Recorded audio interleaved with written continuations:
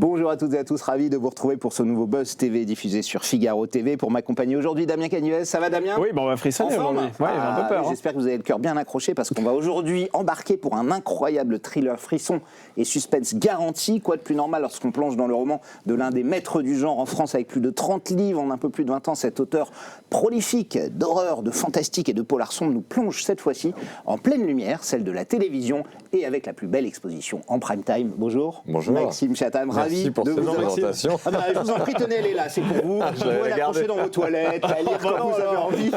Je vais la mettre sous cadre. Aux toilettes, c'est super, on a le temps de lire, hein, c'est génial. Votre dernier roman est paru aux éditions Albin Michel, ça s'appelle Prime Time, évidemment une allusion à ce moment, cet instant qui est le début de soirée en télévision, c'est-à-dire l'heure de plus grande écoute, l'heure favori des annonceurs. Et avant qu'on entre dans le vif du sujet et qu'on parle de l'intrigue, je voulais savoir pourquoi vous aviez quitté les serial killers, les cadavres, les morts, l'univers fantastico-horrifique pour vous plonger dans l'univers de la télévision. Parce que j'ai eu l'impression d'avoir fait le tour déjà. C'est-à-dire que ça fait quand même quelques années que j'écris sur ce qu'il y a de pire chez l'être humain.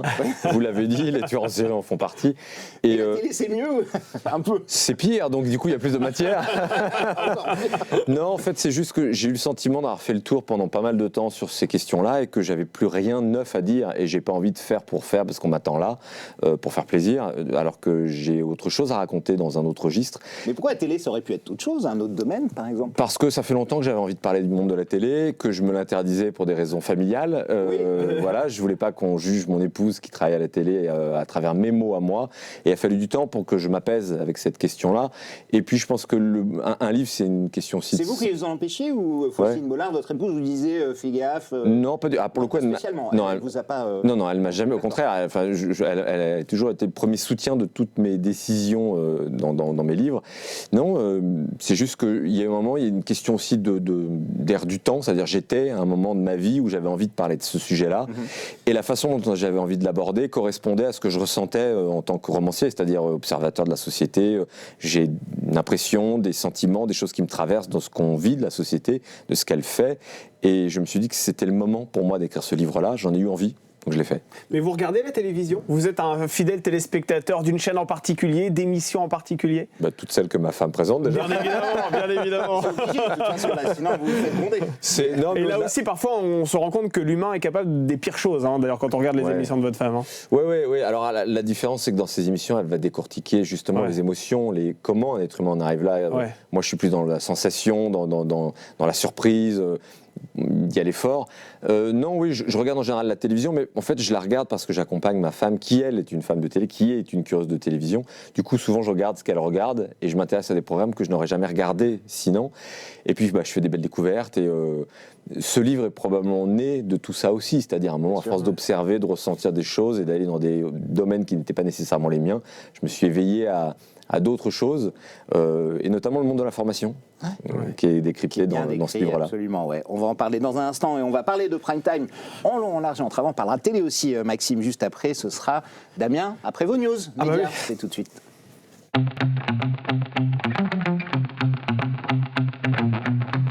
On commence les infos médias avec Michel Barnier qui va s'exprimer ce soir à la télévision. Oui, le Premier ministre répondra aux questions d'Anne-Sophie Lapix et de Gilles Boulot lors d'une interview diffusée sur TF1 et France 2. Alors cette intervention télévisée s'inscrit dans un contexte particulièrement tendu pour l'exécutif. Ce mardi, Michel Barnier a engagé la responsabilité de son gouvernement en déclenchant l'article 49.3 sur le projet de loi de financement de la sécurité sociale pour 2025. Le nouveau Front populaire a déposé une motion de censure, tout comme le Rassemblement national. Marine Le Pen, la chef de file des députés RN à l'Assemblée nationale, a annoncé que son parti voterait celle de la gauche, ce qui signifie que, sauf improbable retournement de situation, le gouvernement devrait tomber dans les toutes prochaines heures. La politique, c'est quelque chose qui vous intéresse en tant que citoyen, bien sûr, mais pourquoi pas en tant qu'écrivain d'ailleurs? C'est pas quelque chose où vous êtes souvent allé?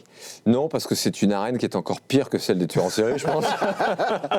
Ils sont impitoyables. La réalité est mieux que la fiction, presque. Là, Non, j'ai pas envie d'aller dans ce domaine-là pour l'instant. C'est-à-dire qu'en fait, je fais de la politique dans mes livres, mais sans avoir besoin de parler des politiciens qui m'intéressent nettement moins, parce qu'ils sont au service de leur image, de leur parti, rarement, hélas, en tout cas depuis longtemps, au service de la vraie cause, de leurs idées. C'est quand même pas souvent le cas. Vous pensez que c'est le cas hier encore? C'est que chacun a ses agendas, sa petite ambition personnelle? Bien sûr, ils sont tous focalisés. Non, mais ils sont tous focalisés sur une échance présidentielle et donc il y a des calculs internes. Et pour avoir fréquenté quelques députés, avoir vu comment ça fonctionnait de l'intérieur, je suis pas du tout attiré. Je pense pas que ça ferait un roman.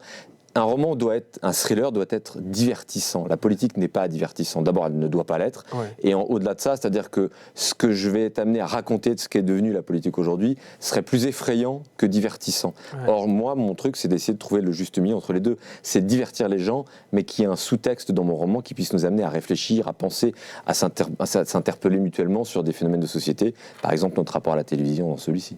Le roman, d'ailleurs, écrit par Édouard Philippe, Dans l'ombre, qui est passé sur France 2, a été un échec d'audience complet. Ça vous étonne ou pas par rapport à ce qu'on traverse là?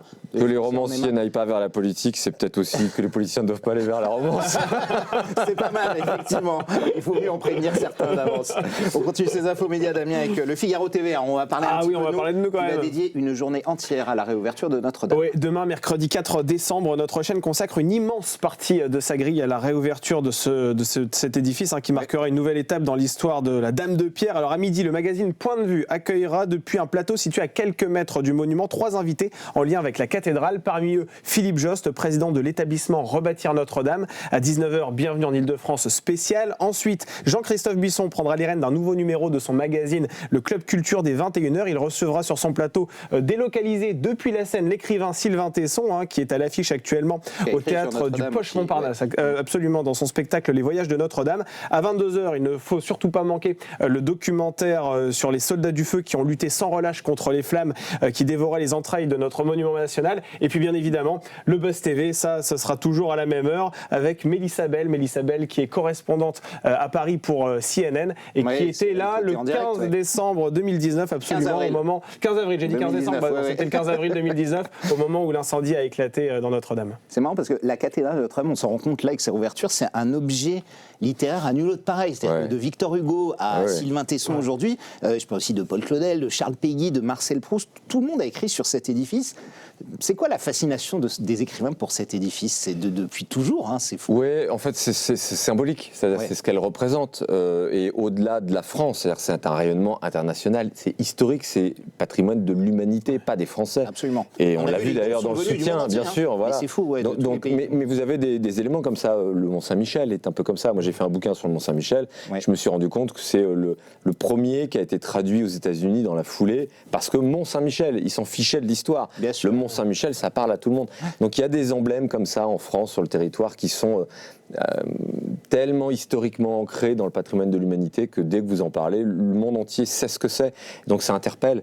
Il n'y a même pas besoin de poser le décor. Vous dites Notre-Dame, tout le monde sait à quoi ça ressemble. Absolument. On termine, Damien, avec les infomédias. Ces infomédias, avec le chiffre du jour, c'est 3,1. Exactement, c'est en pourcent la part d'audience grâce à laquelle CNews se hisse pour le 3e mois consécutif, première chaîne d'info de France devant BFM TV, qui se trouve à 0,3 points plus bas. Alors c'est vrai que l'écart paraît faible à première vue, sauf que l'écart n'a jamais été aussi important. Écart, Sur un an, la chaîne qui est détenue par Vincent Bolloré réalise une progression assez forte, plus 0,6 points, alors que toutes les autres chaînes sont assez stables, voire elles sont en très très léger recul. Alors c'est intéressant parce que CNews, c'est une chaîne évidemment d'infos où l'opinion est importante, on le sait, on l'a vu. Toutes les autres chaînes d'ailleurs expliquent que pour eux, c'est pas une chaîne d'infos. Est-ce que cette chaîne, elle suit également la logique de ce que vous écrivez dans votre livre, Maxime, à savoir, on donne aux téléspectateurs ce qu'ils ont envie de voir.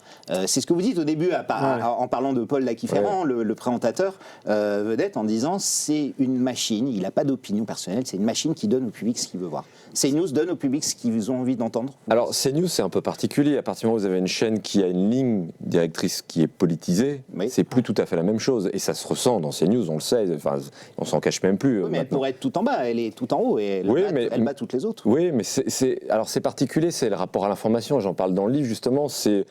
Aujourd'hui, vous faites une chaîne d'information ultra positive qui ne parle que de bonnes nouvelles, l'audience ne marchera pas. Il y a eu des tentatives d'ailleurs par le passé. Ça ne fonctionne pas. En revanche, dès qu'il se passe quelque chose d'extrêmement anxiogène, un drame, et qu'on met des caméras en direct, il y a des cartons d'audience monstrueux. On l'a vu lors des attentats terroristes. Les chaînes étaient au-delà de tout ce qu'on pouvait imaginer en termes d'audience.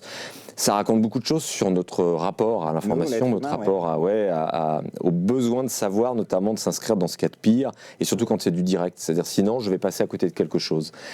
Les réseaux sociaux, je pense, ont modifié beaucoup de choses à ce niveau-là. C'est clair. Et je trouve que souvent, on entend les gens dire « Oh, la télévision, si, ça, les programmes, machin ». Les gens critiquent beaucoup la télévision.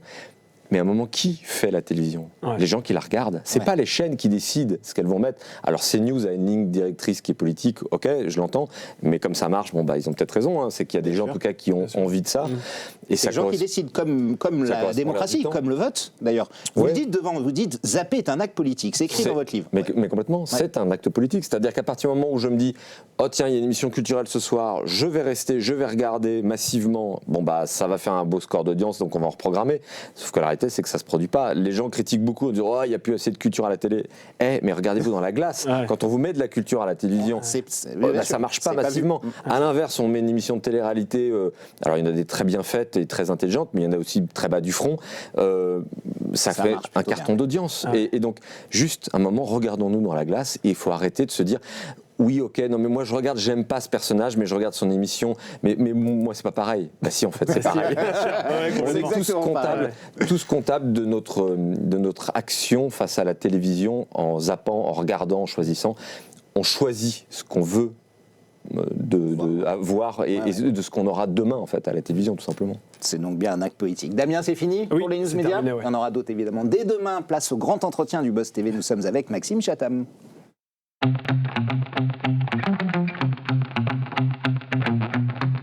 Prime Time, c'est le livre de votre dernier roman paru aux éditions Albin Michel. Votre 4e de couverture est très explicite, hein, Maxime. C'est très court. On le voit, des millions de Français regardent le JT de 20h lorsqu'un homme masqué prend en otage le présentateur vedette en disant que si le direct est coupé, il le tue. On est tout de suite dans le vif du sujet, évidemment, et va s'engager la nuit la plus longue du monde, hein, pour le journaliste, pour les équipes de la chaîne, les membres du GIGN présents. Est-ce que ça vous plaisait aussi, ce côté huis clos, où tout se passe quasiment dans ce studio télé, et on se dit dès le début, mais on va être enfermé pendant 450 pages. Oui, c'est le cas, c'est un huis clos. Hein, enfin. C'est un huis clos, c'est-à-dire c'était la première question que je me suis posée pour écrire le livre. Est-ce que je suis capable de tenir un huis clos sur 400, bon en l'occurrence 550 pages, c'est vrai. Mais sans que ce soit lassant, parce que le même décor, c'est extrêmement lassant pour le lecteur, et même pour moi, c'est-à-dire qu'il fallait que j'ai du plaisir à l'écrire. Si à un moment, moi, je m'ennuie dans un roman, alors ça va être pire pour le lecteur. Vous savez, les livres, il faut se dire que c'est quand vous écrivez un bouquin, c'est comme un enfant, vous pensez que c'est le plus beau du monde et en réalité vous avez un regard qui est pas objectif. Si moi quand je lis mon bouquin j'ai le sentiment qu'il y a un moment où il y a un petit ventre mou, c'est en réalité que ça marche pas du tout. Je peux pas, je dois être au contraire dans un sentiment toujours à fond, génial. Et donc j'avais cette vraie question, est-ce que je suis capable de tenir 550 pages dans un décor unique ?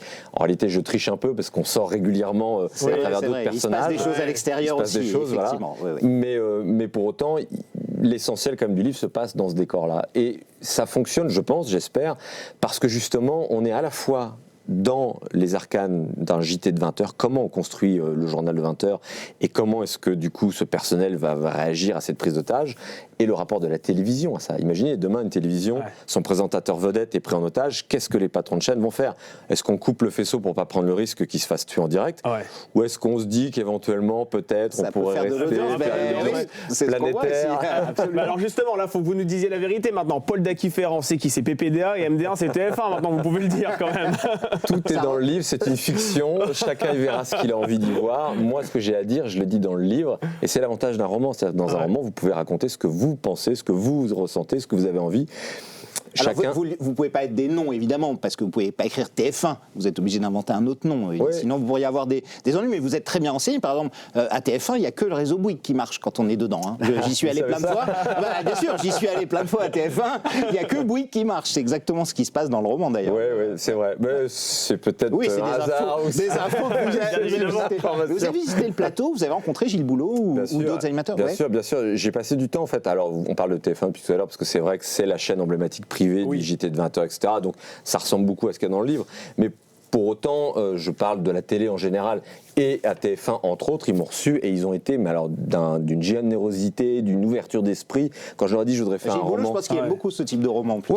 Alors pour le coup, Gilles Boulot a été extrêmement bienveillant, très accueillant. Il m'a accordé son temps. Je lui ai posé 1000 questions, parfois des questions étranges, farfelues. Me regardait, mais allons-y, imaginons. Non, enfin, j'ai été surpris. C'est-à-dire quand j'ai dit, notamment à TF1, puisqu'on parle d'eux, si vous êtes OK, j'aimerais rencontrer notamment le patron de la sécurité, etc. Tous les intervenants qui pourraient avoir un lien avec mon roman, ils m'ont dit OK, on va jouer le jeu, on va t'aider. Alors qu'ils savent que j'écris des bouquins et que ça va mal se finir dans le livre en général, il se passe des choses. Non, ils ont été extrêmement même bienveillants, c'est-à-dire transparent, mais ça correspond aussi à ce que j'ai un peu découvert. Je ne m'attendais pas à ce point-là au sein des rédactions de JT, dont celle du 20h de TF1. C'est-à-dire qu'il y a une volonté, vraiment, très forte de transmettre. Ouais. C'est pas juste on a un journal, il faut faire de l'audience, il faut trouver les sujets qui vont cartonner le plus. J'ai vraiment découvert à quel point chaque individu de la rédaction du 20h a en soi cette espèce de vocation profonde de je vais prendre l'information, je vais trouver le meilleur moyen de la transmettre au grand public, et pas nécessairement avec des choix. On n'est pas sur CNews, il n'y a pas des choix politiques, etc. Moi, je n'ai jamais ressenti ça, en tout cas chez TF1, je ne l'ai pas ressenti, mais dans d'autres rédactions non plus. Est-ce que vous avez envoyé votre livre aux présentateurs que vous avez rencontrés? Ils en ont pensé quoi, si c'est le cas? Alors, je leur ai donné, on parlait de Gilles Boulot, je lui ai même donné, remis en main propre. Il m'a dit, est-ce que je suis Paul de Kiefer dans le livre?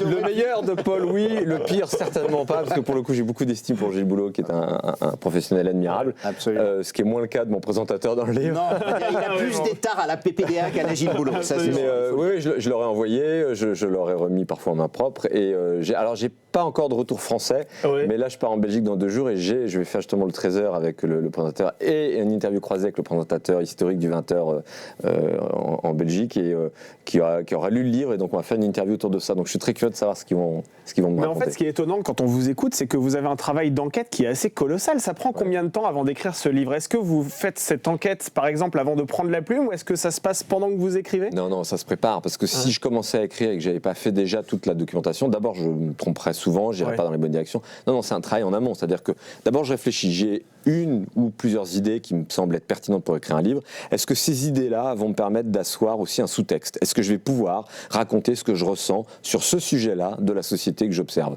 Si c'est le cas, alors je sais que j'ai un roman dans les mains. Ouais.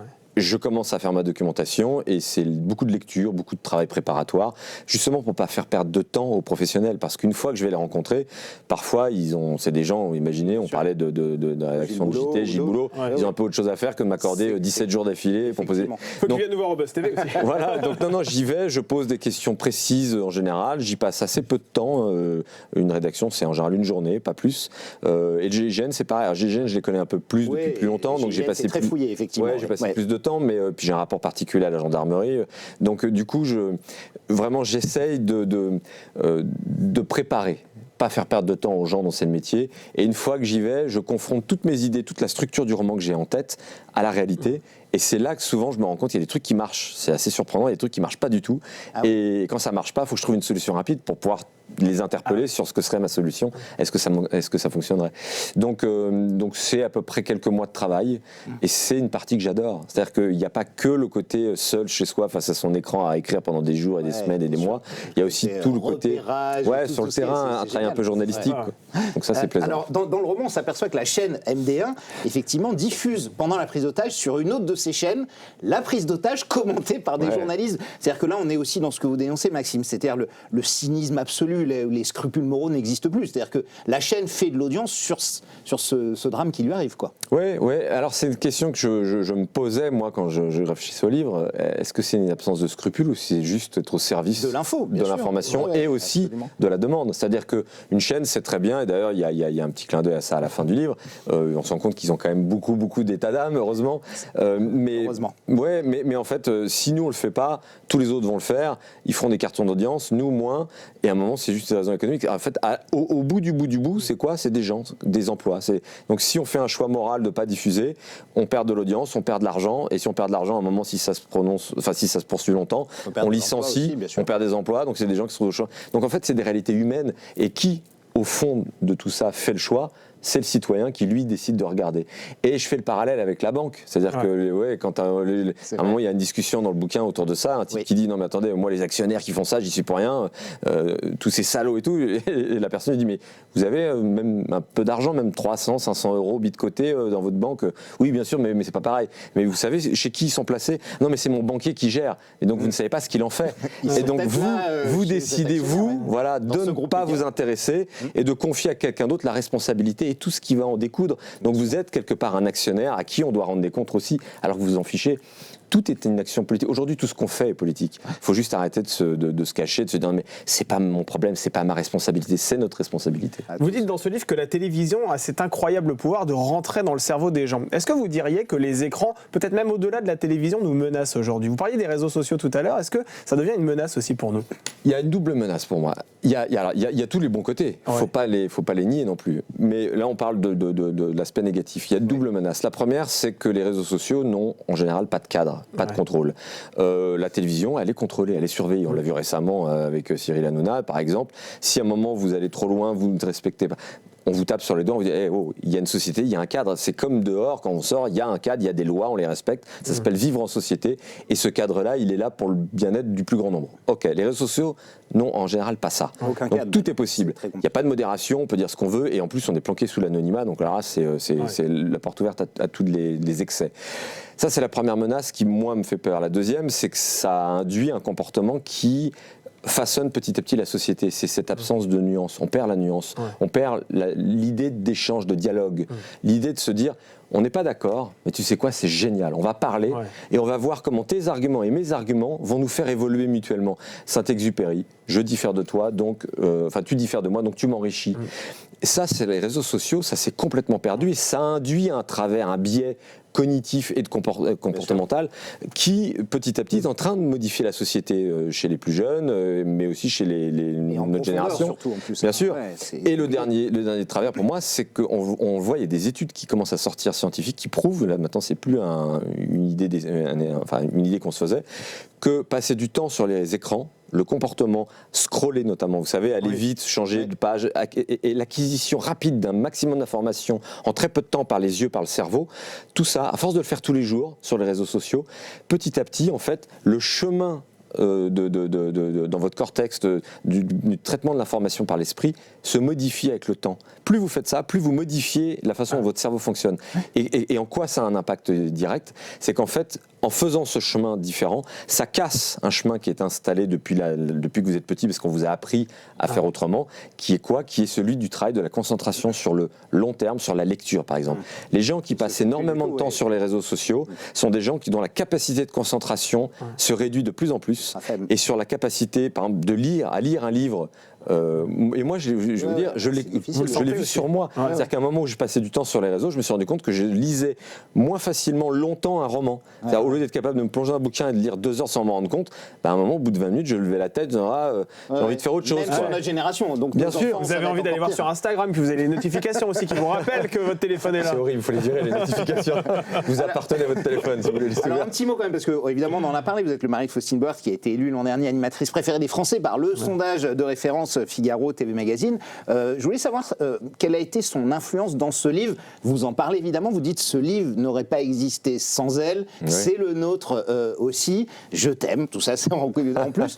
Le vrai rôle qu'a eu Faustine dans ce livre, c'est quoi? Au-delà de vous donner des infos, j'imagine. Oui, en fait, sur la télé, pas tant que ça. Elle le fait, mais depuis 15 ans, enfin 13 ans qu'on vit ensemble, je vois, là, je respire. Votre première lectrice, en fait. La télévision, à travers ce qu'elle me raconte de la télé, et quand je l'accompagne sur les plateaux. Donc, elle n'a pas eu besoin, sur ce livre spécifiquement, de me dire, tiens, la télé, etc. En revanche, c'est ma première lectrice. Elle a fait ce qu'elle fait sur tous mes livres, c'est-à-dire un regard très vrai, très sensible sur l'humanité des personnages, sur leurs réactions, sur leurs émotions. Moi, des fois, je suis trop dans la technique, j'accélère, j'ai envie d'un truc, d'un objectif, tiens, je veux que le chapitre soit plus court, je veux qu'il y ait plus de suspense. Elle va me dire parfois, attention là, tu vas trop vite, tu nous perds, parce que cette émotion du personnage-là, elle est importante, il faut la développer. Cette personne doit ressentir ça. Ouais, bien sûr, c'est vrai que moi, elle connaît, bien sûr. Je sais pas si je m'en serais rendu compte plus tard en lisant, mais en tout cas, dès qu'elle me lit, parce que je suis dans le feu de l'action, je me dis, mais t'as raison, c'est une évidence. Donc il y a ce rôle-là, mais qu'elle a toujours eu sur mes livres. Sur celui-ci en particulier, il y a quelques scènes, c'est vrai qu'on a pu, j'ai presque envie de dire, presque coécrire, c'est-à-dire qu'à un moment j'écrivais, elle relisait, elle me disait, tu vois ça, je l'aurais senti plus comme ça, et je sentais qu'elle s'impliquait, et du coup je disais, mais tiens, regarde, vas-y, fais-le. Et elle changeait un mot, elle modifiait une phrase, mais tu vois, ça serait plus vrai comme ça, je pense que. Et elle l'avait jamais fait sur d'autres livres, et j'ai laissé faire pour voir ce que ça donnerait. Et on parle pas de grand-chose, on parle de quelques pages par-ci, par-là. Bien sûr. Mais à la fin, je trouvais ça hyper intéressant. Du coup, je me suis dit, ce serait peut-être bien un jour qu'on fasse un bouquin ensemble. Pourquoi pas? Le projet est lancé. Est-ce qu'il est question qu'il soit adapté à un moment donné à la télévision? Est-ce que d'ailleurs il y a des adaptations télé qui sont prévues dans le cadre de votre activité littéraire? Alors il y en a un, Le Signal, qui est déjà plus. Alors ça, on est où, Maxime? Sans Next, c'est ce qu'on appelle PAD, prêt à diffuser. Donc là, vous appuyez sur un bouton, vous pouvez le regarder, tout est fait. Ouais. Simplement, Paramount Plus est en train de revoir sa politique internationale de territoire, puisqu'ils ont été rachetés récemment. Ouais. La série est dans un tiroir ou sur une étagère, on va dire ça plus proprement. Sur une étagère. Et on va la voir, je ne sais juste pas quand, ni comment, ni où, mais ça va arriver bientôt. Et sur Prime Time, il y a déjà pas mal de propositions de producteurs, donc on est en train de discuter de ça. Ah oui, ce sont des diffuseurs importants type Netflix, ça peut être des plateformes, des chaînes de télévision classiques? Alors, ça marche autrement. Dans un premier temps, c'est les producteurs qui viennent vous voir en disant je sais que telle ou telle plateforme va vouloir le faire, donc moi je vais prendre les droits comme ça, je leur propose et on y va ensemble, c'est plus rapide. Donc ça se fait comme ça. D'accord. Et vous faites attention à qui vous donnez les droits. Hein. Je sais que oui, tant qu'à faire. Tout le monde, c'est important. J'ai même été jusqu'à créer une boîte de production pour pouvoir accompagner le projet, pour garder un œil quand même sur la façon dont c'est fait. Et c'est important, vous avez raison de le faire. Merci beaucoup Maxime Chatham. C'est déjà terminé. Je rappelle que votre dernier roman Prime Time est déjà en vente partout. Une très très belle réussite évidemment. Et bientôt adapté, ça c'est sûr. On en est certain, ça va faire un carton. On vous souhaite une très bonne continuation, Maxime. Et nous, amis, on sera là dès demain. Vous l'avez dit, avec la journaliste de CNN, Mélissa Bell, à l'occasion de la réouverture de Notre-Dame. D'ici là, prenez soin de nous et encore merci de votre fidélité.